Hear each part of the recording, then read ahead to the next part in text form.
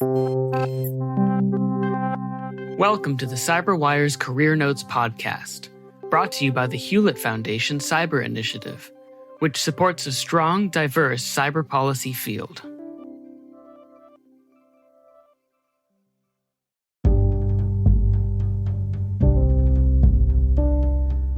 Hi, my name is Selena Larson. I am a cyber threat intelligence analyst at Dragos. We are an industrial cybersecurity company.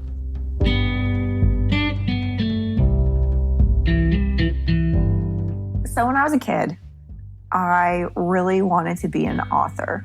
And I remember writing in maybe second grade a book, quote unquote, called The Green Goldfish.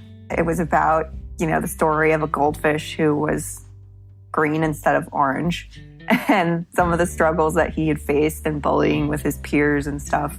And as I kind of got a little bit older, I was like, I don't know about a writer, but I'm thinking more maybe like a journalist, because that sounds exciting. You can like investigate things, you can do research, you can, meet lots of different people and travel the world and have some cool stories. So I ended up going to journalism school. I took my undergrad at Arizona State University and I became a journalist. And I kind of bounced around actually a little bit. And then when I moved to San Francisco 7 or 8 years ago, it was like, oh, well, technology is the news here. Like, I am a news reporter. In fact, that's what I said in my interview. I said, I am a news reporter, and in San Francisco, technology is the news. And I got super lucky because I, was thrown into tech at a very exciting time. Certainly as cybersecurity and privacy issues were, becoming a lot more sort of mainstream, I feel like, especially when we're talking about a lot of these like social networks and platforms. So I ultimately became a cybersecurity reporter at CNN. And at the time, I liked my job. I thought it was interesting, but I felt that as a journalist, unless you have like, a very specific sort of defined beat, you kind of have to be like a jack of all trades and a master of none, if that makes any sense.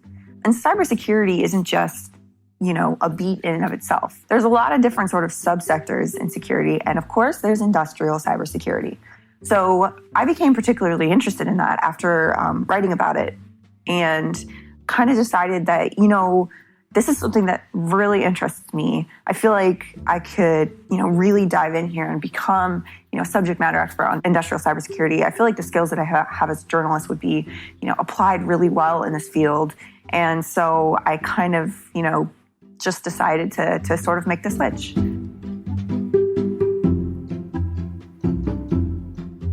So in my role as an analyst, I do a lot of, research and reporting. In fact, it's kind of interesting how, closely aligned or, the similar skills required from a investigative journalist / reporter and a cyber threat intelligence analyst, right? So there's a lot of reporting. There's a lot of reading. There's a lot of, investigating in different ways, finding patterns in information, finding patterns in data. The role of cyber threat intelligence analyst honestly varies depending on who you're talking to, what their background is, what companies they have worked for, what different intelligence shops look like. But I thought that my 8-year-old nephew described it perfectly. He said, when I was attempting to explain my job to his parents, he said, "It sounds like you're an internet cop." And I was like, that's actually a pretty good description of it, right? Like an internet cop. I don't know, like we're, looking for bad guys and, trying to help people keep themselves safe.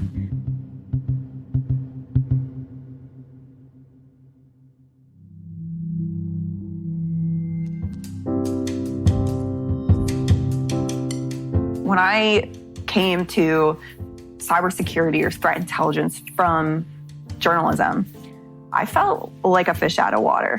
I had the biggest imposter syndrome you could possibly imagine because I was very early on at my company, and I soon realized, eventually I realized that me not being someone who comes from, a long history of doing cyber work or intel work, like not having that background gives me a different perspective on the work that I am doing. So I would say that like for people that are getting into this field, like don't be intimidated by people whose backgrounds are exclusively tech or, you know, have been coding since they were, you know, small or playing with computers and, you know, they had built their own machine at like 15, right? Like, I think it's getting better for sure, but there's still sort of this expectation that people who work in cybersecurity and information security are, you know, the highly technical people with these like very technical backgrounds. You have to have a computer science degree. And I'm here to tell you that you don't.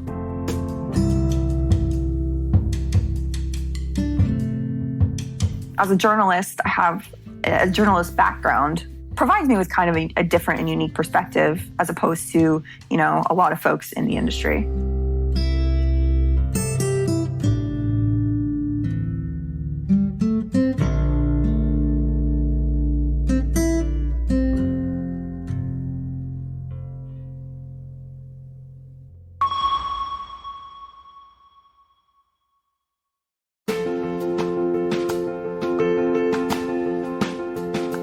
Funding for this CyberWire Career Notes podcast is made possible by the Hewlett Foundation Cyber Initiative.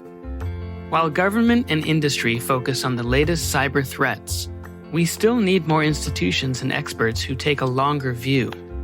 The Cyber Initiative supports a strong, diverse cyber policy field that offers thoughtful solutions to complex challenges for the benefit of societies around the world. Learn more at hewlett.org/cyber.